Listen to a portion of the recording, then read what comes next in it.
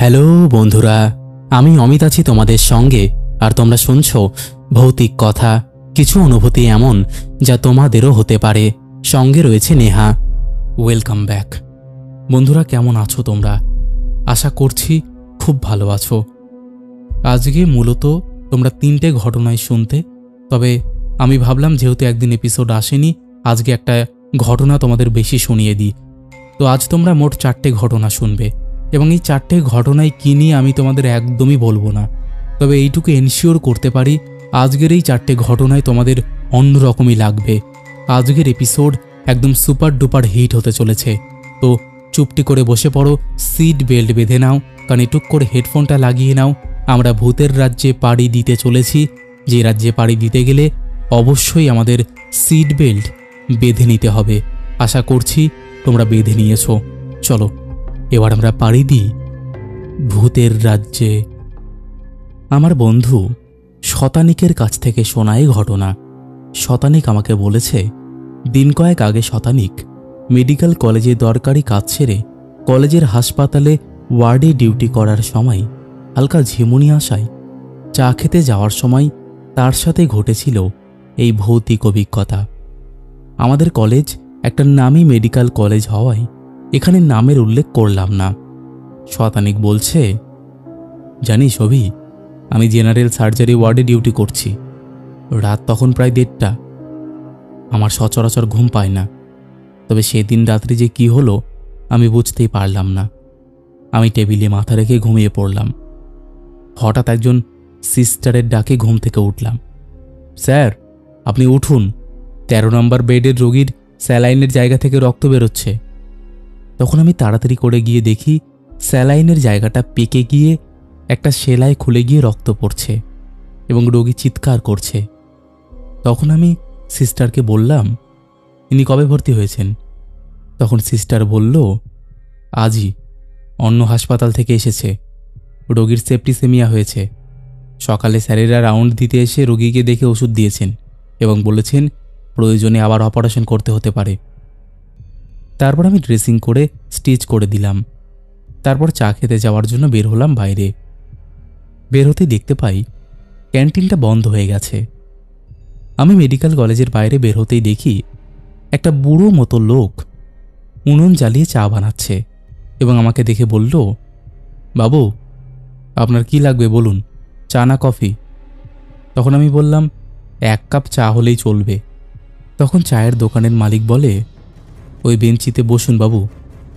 আমি বললাম, এই বেঞ্চটাতে? ঠিক সেই সময় দেখলাম চাদর মুড়ি দেওয়া একটা লোক এসে বসলো আমার পাশে এবং খনা গলায় চায়ের দোকানদারের কাছে চা চাইলেন। আমাকে একটা চা দিন তো। সেই ব্যক্তি চায়ের দোকানদারের কাছ থেকে চা নিতে গিয়ে তার হাতটা আমার হাতে স্পর্শ হলো। যেন মনে হলো বরফের মধ্যে আমার হাতটা লাগলো। আমি তখন অত ভ্রুক্ষেপ করিনি। কথায় কথায় ওই অজ্ঞাত পরিচয় ব্যক্তিকে আমি জিজ্ঞেস করলাম, কোথায় থাকেন আপনি? এই গরমের মধ্যে আপনি চাদর মুড়ি দিয়ে আছেন কেন? তখন এই ব্যক্তিটি বলল, আমি তো এই সামনেই থাকি। আমার নাম শান্তনু ভট্টাচার্য। আমার ছেলে ও বৌমা আমার ওপর খুব অত্যাচার করে।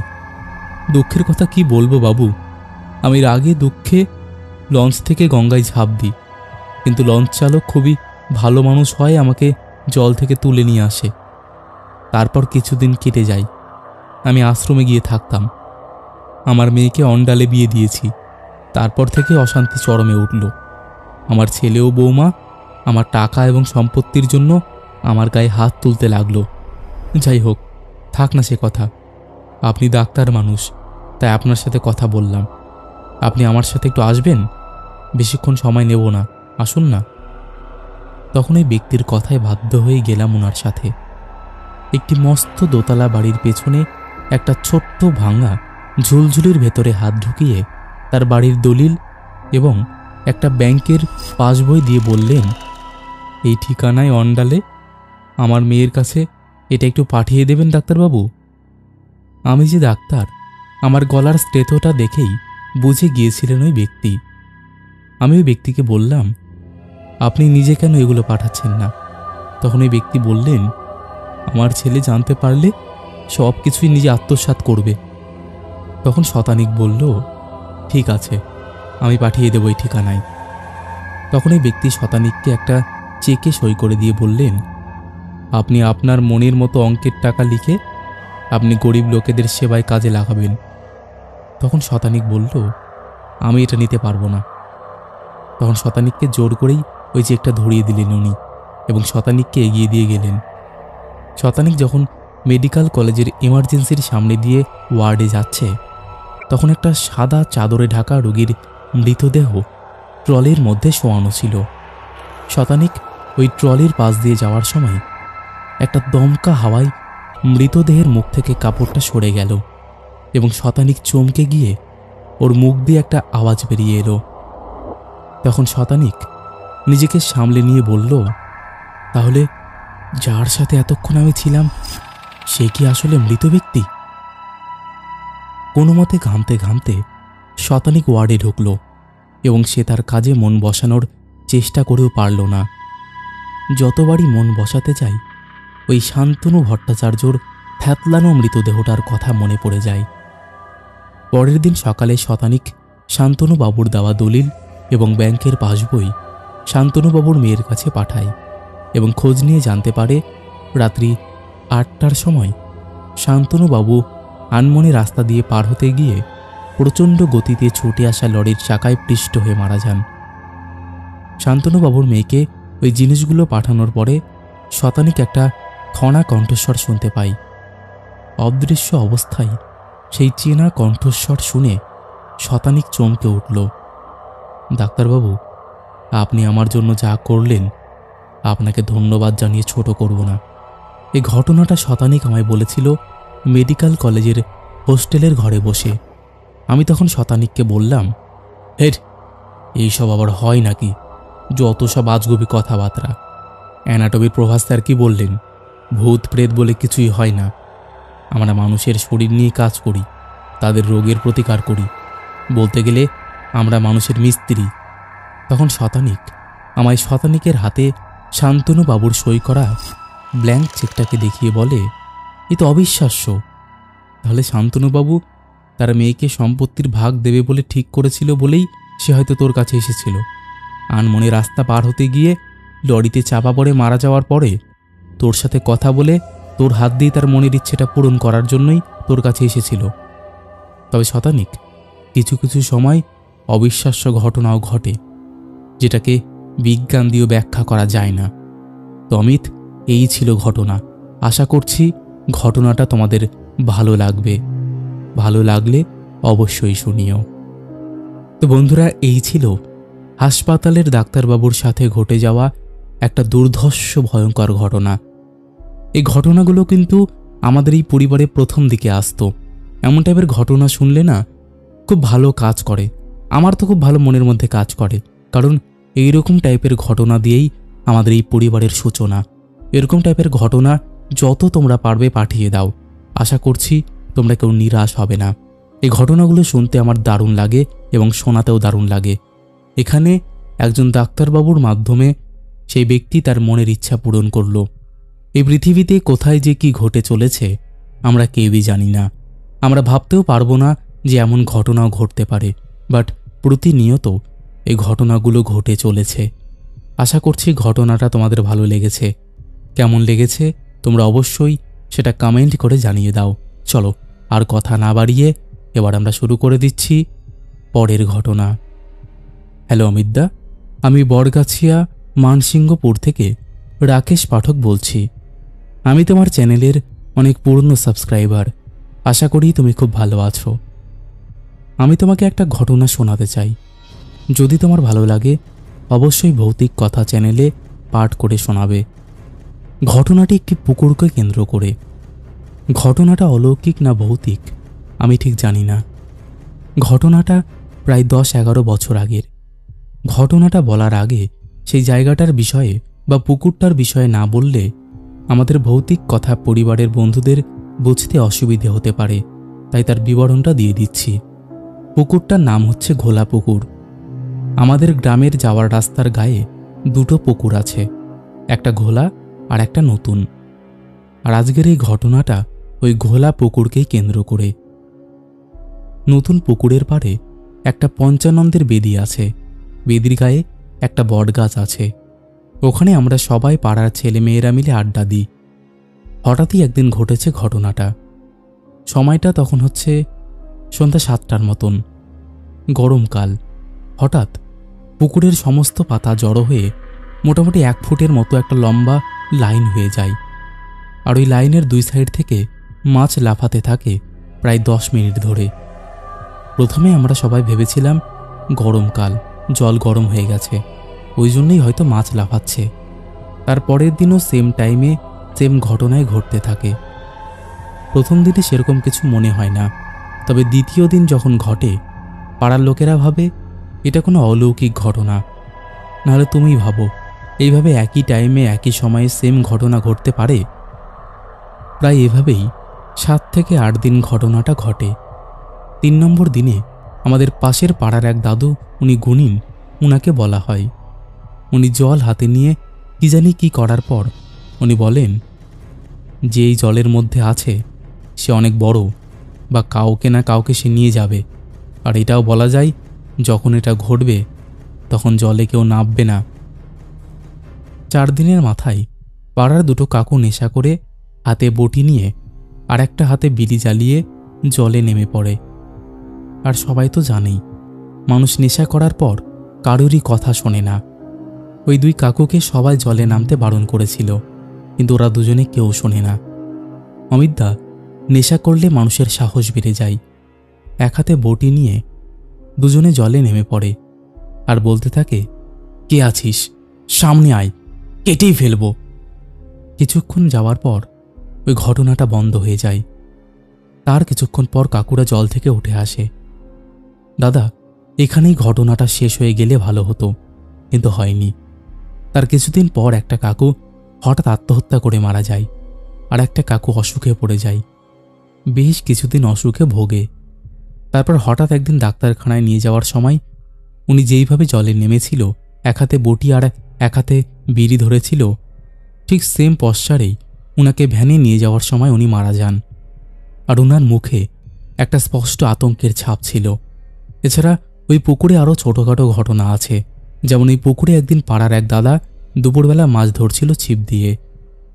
অনেকেই হয়তো জেনে থাকবে, পুকুরের নিচ থেকে অনেক বুলবুলির মতন ওঠে, মানে ভুটি দেওয়ার মতন। আর ওই ভুটিটা যেখানে দেখা যায় সেখানেই নাকি মাছ ঘুরে বেড়ায়। তো দাদাটা ভেবেছিল মাছ এসেছে, এই মনে করে দাদা ওখানে ছিপটা ফেলে। তখনই দাদা দেখে একটা ছোট্ট বাচ্চার পা ভেসে উঠছে আর ডুবে যাচ্ছে। এই দেখে দাদা ভয় পেয়ে উঠে চলে যায়। আর অমিতদা, তোমাকে তো বলা হয়নি, ওই পুকুরটার চারপাশে ছোট বড় গাছ দিয়ে ঘেরা। এই ছিল ঘটনা। তোমার যদি মনে হয় ঘটনাটা ভৌতিক কথাতে শোনাবে, তাহলে যেদিন পাঠ করবে আমাকে একটু হোয়াটসঅ্যাপে জানাবে। আশা করি অমিতদা, আমাদের ভৌতিক কথা পরিবার আরও বড় হবে, আর আমাদের ভৌতিক পরিবারের সকল বন্ধুরা যেন ভালো থাকে। আর অমিতদা, তুমিও ভালো থেকো। থ্যাংক ইউ ভাই, থ্যাংক ইউ রাকেশ। তো বন্ধুরা, এই ছিল ঘটনা। এরকম মাছ ধরতে যাওয়ার ঘটনা আমাদের এই পরিবারে অনেক এসেছে, বাট এই ঘটনাটা একদমই ইউনিক। অন্যান্য মাছ ধরতে যাওয়ার ঘটনাগুলোর থেকে পুরোপুরি আলাদা। আশা করছি এই ঘটনাটা শুনেও তোমাদের রিয়েল ঘটনা মনে হয়েছে, আর মনে হবেই বা না কেন। আমাদের এখানে সেই রকম ঘটনায় পাঠ করা হয় যেগুলো শুনে বা শোনার পরে মনে হয় এগুলো রিয়েল। আর আমরা যখন একটু অন্য টাইপের ঘটনা পাঠ করি তখন আমরা বলেই দিই যে ঘটনাটার একটু সন্দেহ আছে, এটা আসলে সত্য কিনা। বাট আমরা সবসময় চেষ্টা করি এখানে ইউনিক এবং যেগুলো মনে হচ্ছে ঘটেছে সেগুলোই শোনানোর। তাই আমাদের এই পরিবারের ঘটনাগুলোও তুলনামূলক ছোট হয়, তাই না? কারণ বেশিরভাগ সত্য ঘটনাই সবসময় ছোটই হয়। দীর্ঘদিন যেগুলো ঘটনা চলে সেগুলোর বেশিরভাগই হয় কেউ কারো ক্ষতি করেছে এই নিয়ে। বাট তাছাড়া যে ভৌতিক ঘটনাগুলো থাকে সেগুলো এমন টাইপেরই হয়। তো তোমরাও যদি এমন ঘটনা শেয়ার করতে চাও তাহলে অবশ্যই আমাদের সাথে কন্ট্যাক্ট করতে পারো। আমাদের সাথে কন্ট্যাক্ট করা একদম ইজি। আমাদের এই পরিবারের হোয়াটসঅ্যাপ নাম্বার থেকে শুরু করে সমস্ত সোশ্যাল মিডিয়ার লিঙ্ক তোমরা ডেসক্রিপশান সেকশানে পেয়ে যাবে। তো আর দেরি কিসের, তোমরা কন্ট্যাক্ট করে নিও। চলো আর কথা না বাড়িয়ে এবার আমরা শুরু করে দিচ্ছি পরের ঘটনা। হাই অমিতদা, আমি নৈহাটি থেকে ঐন্দ্রিলা। আমার পাঠানো আগের ঘটনাটি তোমার জাদুকরী কণ্ঠে শোনানোর জন্য অসংখ্য ধন্যবাদ। আজ তোমাকে আমার জীবনের সবথেকে ভয়ের ঘটনাটি শেয়ার করব। তুমি তোমার মতো করে পড়ে শুনিও। ঘটনাটি শুধু ভয়ের নয়, এটা আমার কাছে একটা দুঃখজনক ঘটনা। যাই হোক, ঘটনায় আসা যাক। আমার বড় মাসির বাড়ি সুবর্ণপুর কলোনিতে। চাকলাধাম যাওয়ার পথেই এই জায়গাটি পড়ে, অনেকেই হয়তো জানে।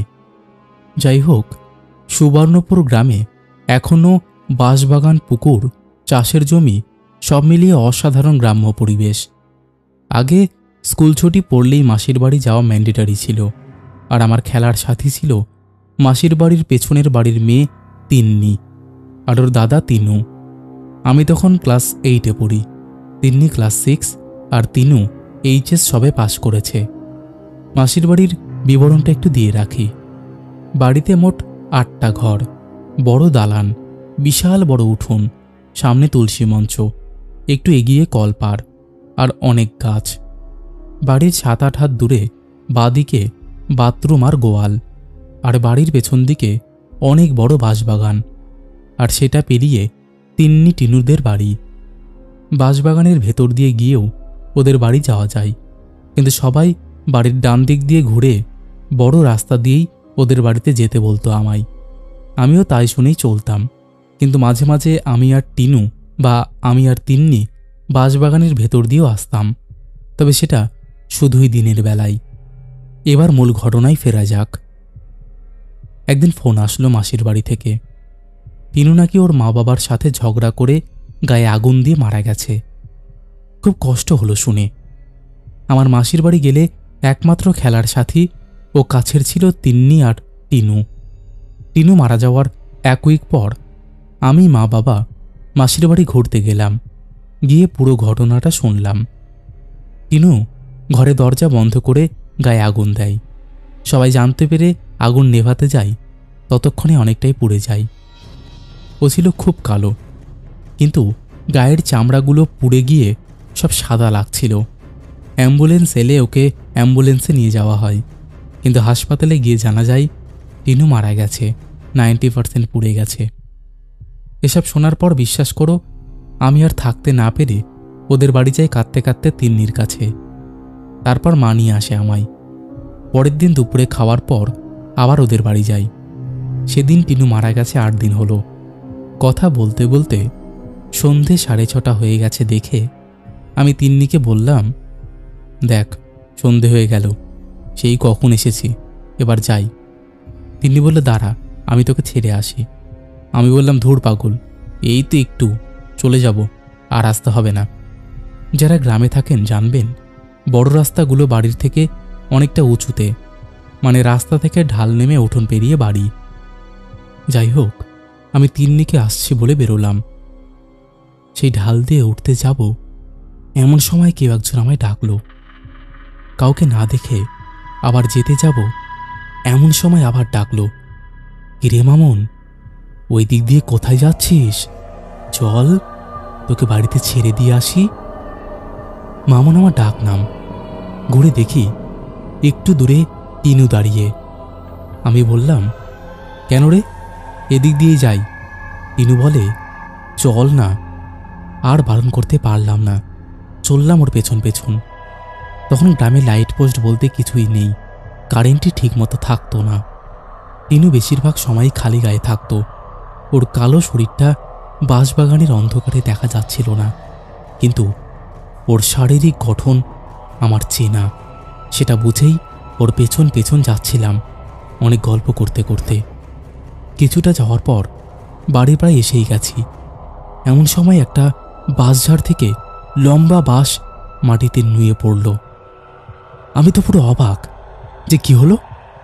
টিনু বলল, কিরে মামুন, এই বাসটা ডিঙে আয়, তোকে বাড়িতে পৌঁছে দিই। আমার তখন মনে পড়ে গেল যে টিনু তো আর বেঁচে নেই।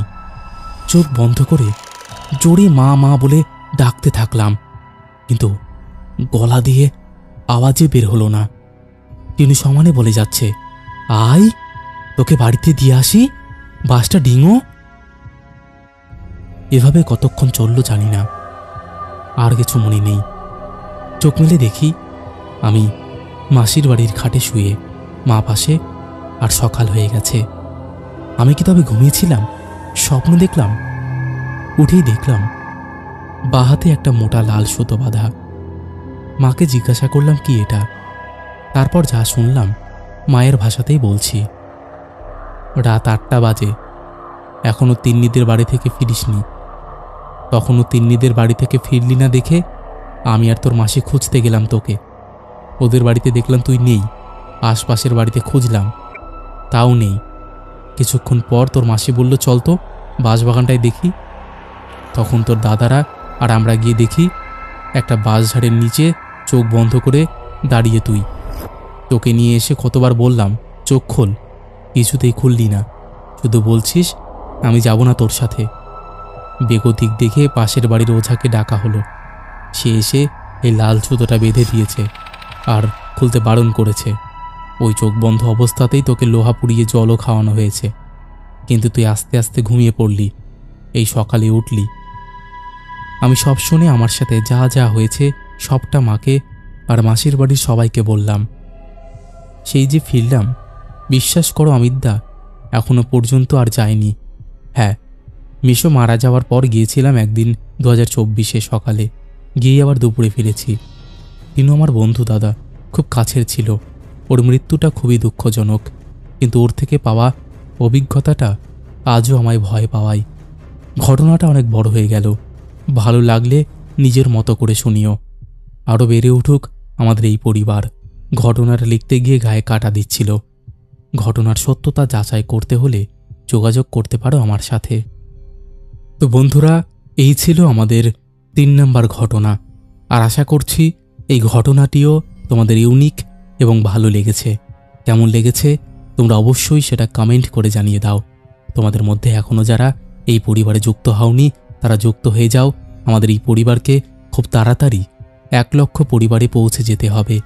আর একটা গুরুত্বপূর্ণ কথা, সেটা হচ্ছে ভৌতিক কথা কিন্তু কোনো রকম অন্ধবিশ্বাস, কোনো রকম কুসংস্কার, কোনো রকম নেগেটিভিটিকে প্রশ্রয় দেয় না। ভৌতিক কথার কাজ শুধুমাত্র মানুষের জীবনে ঘটে যাওয়া ঘটনা সবার সামনে তুলে ধরা, নচেত আর কোনো উদ্দেশ্য নেই। তাই যারা বিশ্বাস করছো না অবশ্যই এগুলোকে এন্টারটেইনমেন্ট হিসেবেই নিয়ে নাও।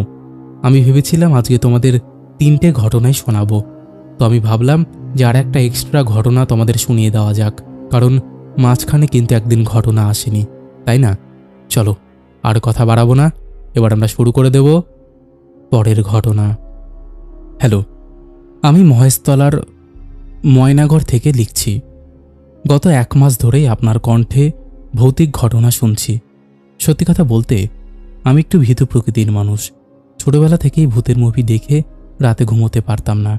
এখন একটু সাহস করে ভূতের মুভি দেখি আর তোমার মুখে ভৌতিক ঘটনা শুনি, খুব ভালো লাগে। রোজ ভাবি আমার সাথে ঘটে যাওয়া একটা ঘটনা বলবো, কিন্তু কিভাবে বলবো বুঝতেই পারছি না।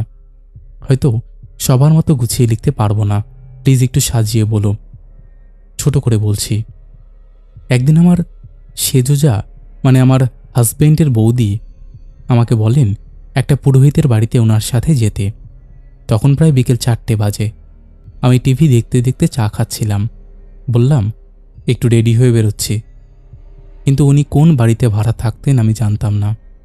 যেহেতু আমার মোবাইল আছে, আমার জায়ের নেই, তাই ফোন করে ঠিকানা খুঁজতে যাওয়ার জন্যই আমাকে সাথে করে নিয়ে গিয়েছিল। আমরা গিয়ে শুনলাম উনি বাড়িতে নেই, মন্দিরের নিত্য পুজো করতে গেছেন। অনেকক্ষণ অপেক্ষা করার পর উনি এলেন, তবে সন্ধে হয়ে গেছে উনি আসতে আসতে। উনি যে বাড়িতে ভাড়া ছিলেন আমি কোনোদিনও সেখানে যাইনি। কেমন একটা অদ্ভুত জায়গা। যাই হোক, কিছু পার্সোনাল কথা যেটা উল্লেখ করলাম না, সেই কথাবার্তা বলে আমি বেরোতে যাব। ঠাকুরমশাই বললেন ছোট মেন রোড পর্যন্ত এগিয়ে দিয়ে আসি। আসার সময় কেমন একটা যেন ভয় ভয় লাগছিল, কারণ আমি সবার পেছনে হাঁটছিলাম। বাড়িতে ফিরলাম, হঠাৎ করে না পাটা খুব ব্যথা শুরু হলো। একটা কথা, বাড়িতে এসে দেখলাম আমার কিছু জিনিস ওলট পালট হয়ে আছে। মনে মনে ভাবলাম আমি হয়তো এভাবে রেখেছি।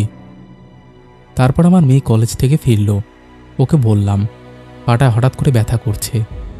যাই হোক, রান্না করে খেয়ে আমি আর আমার মেয়ে একটা রুমে শুলাম। সবাই ঘুমোচ্ছে। গভীর রাতে আমার পায়ের ব্যথাটা আস্তে আস্তে সারা শরীরে ছড়িয়ে পড়েছে। মনে হচ্ছে কেউ আষ্টে পিষ্টে চেপে ধরেছে আমাকে, হাড় গোড় সব মুচড়ে দিচ্ছে। কিছুক্ষণ কষ্ট পাওয়ার পর মেয়েকে ডাকলাম, বললাম, মনু। মেয়ে বলল, কি কষ্ট হচ্ছে মা? ও এটাও বলল, ঘরে দুর্গন্ধ কেন? কিন্তু আমি কোনো দুর্গন্ধই পাইনি। তারপর ওর বাবাকে ডাকলো। ওর বাবাও একই কথা বলছে, এত পচা গন্ধ কিসের? আমি ব্যথায় আছড়াচ্ছি। কেউ যেন আমার শরীরের প্রত্যেকটা হাড় মুচড়ে দিচ্ছে। 1 ঘন্টা ধরে আমার মেয়ে আর ওর বাবা গাটা মাসাজ করে দিল, কিন্তু কিছুতেই কিছু হচ্ছে না। এদিকে এত দুর্গন্ধ যে শীতের রাতে ওরা ফ্যান চালিয়ে দিয়েছে। তারপর আস্তে আস্তে আমার ওই পায়ের ব্যথাটা কমলো। পরে শুনেছিলাম আমার ওই বৌদি যিশু দাদার প্রার্থনা করছিল, হয়তো ওই কারণেই কমেছে। পরের দিন ঘুম থেকে উঠলাম। সকালে মেয়ে বলল, তুমি কাল কোথায় গিয়েছিলে? ওর বাবা বলল, ওই বাড়িতে কেন গিয়েছিলে? আমি বললাম, ও বলল তাই। মেয়ে বলল, তোমার এত কষ্ট হচ্ছে দেখে যিশু দাদার প্রার্থনা করার পরে তুমি ঠিক হয়েছ। আর এত পচা গন্ধ কিসের ছিল? আমি বললাম, কই, আমি তো কোনো গন্ধ পাইনি। মেয়ে আমার দৃশ্য দেখে ঘুমোতে পারেনি। পরদিন আমাকে ঝাড়ফুঁক দিতে একটা মন্দিরে নিয়ে যাওয়া হয়। মন্দিরের পুরোহিত বললেন, ওই বাড়িতে একজন পুড়ে মারা গেছে, তুমি ওর পাশ দিয়ে হেঁটে এসেছো, আর তখনই সে তোমার শরীরে প্রবেশ করে গেছে। এরপর উনি আমাকে কিছু টোটকা দিলেন, তারপরে আমি একটু ভালো হলাম। কিন্তু মেয়ে ভয় পাচ্ছিল, আজ রাতে কি হবে। না, তেমন কিছু আর হয়নি। হয়তো সেই ঝাড়ফুঁক বা টোটকার কারণেই আর কিছু করতে পারিনি।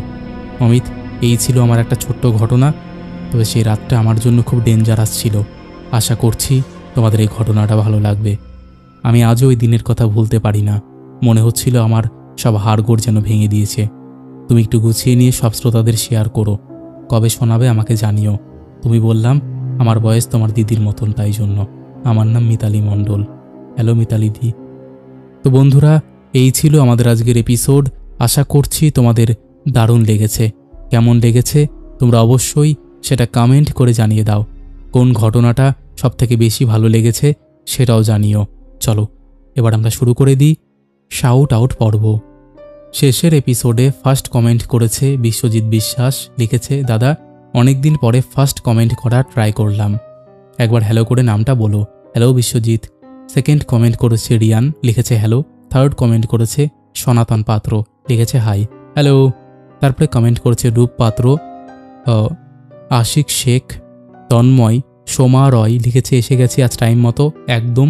তারপরে কমেন্ট করেছে সনাতন পাত্র, লুসিফার, অর্ণব, দেবদূত সাহা, গীতা গোস্বামী, অমিত মল্লিক, অনন্যা ভৌমিক, তন্ময়, চুমকি ঘোষ, এনিম্যাল, অভিজিৎ সাউ, সুদীপ্ত দাস, সুজয় বর, বাদশাহ গেমার। লিখেছে হ্যালো অমিতদা, আমার নামটা হ্যালো করে বলো। হ্যালো বাদশাহ। তারপরে কমেন্ট করেছে বন্দনা রয়, চুমকি ঘোষ। লিখেছে আজকের এপিসোড সুপারহিট, থ্যাংক ইউ। তারপরে কমেন্ট করেছে ডিজে ব্লগার অনিশ। লিখেছে নোটিফিকেশান পাওয়ার সাথে সাথেই চলে আসলাম আর লাইক কমেন্ট করে দিলাম, জানি ঘটনা ভালো হবে, থ্যাংক ইউ।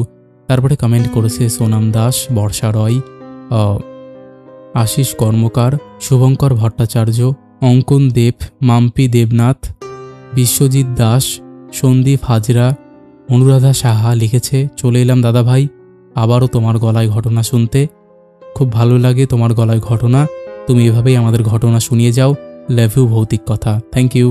তারপরে কমেন্ট করেছে মনিকা ত্রিপুরা, পূজা হালদার, ডিজে ব্লগার অনিশ, মনীষাহা দোয়েল, শিল্পী মল্লিক, বিবেক বর্মন, মৃন্ময় কুণ্ডু, আকশে অধিকারী, শঙ্কর চক্রবর্তী, রূপা নস্কর, রিক প্রামাণিক, পাপড়ি দোলা, স্বপ্না বাজাল, জয়া বণিক, সন্দীপ হোর, সাগর সাহা, বিভাস, কার্তিক সাহা, রিয়া বৃষ্টি, রাজ বেহারা। লিখেছে তোমার সব ঘটনায় শুনি, কোনোদিন কমেন্ট করিনি, আজ করলাম। তোমার গল্প আমার খুব ভালো লাগে তোমার গলায় শুনতে, আমার নামটা একবার বলো দাদা। একদম। তারপরে কমেন্ট করেছে এমডি মন, অঞ্জলি মণ্ডল, মলাই চক্রবর্তী, রীতা বেরা, রৌনক দত্ত, অর্ণব বসু, চৈতালি, দেবাশিস বাগচি, পূর্ণিমা দাস, সুখদেব বিশ্বাস, মামনি।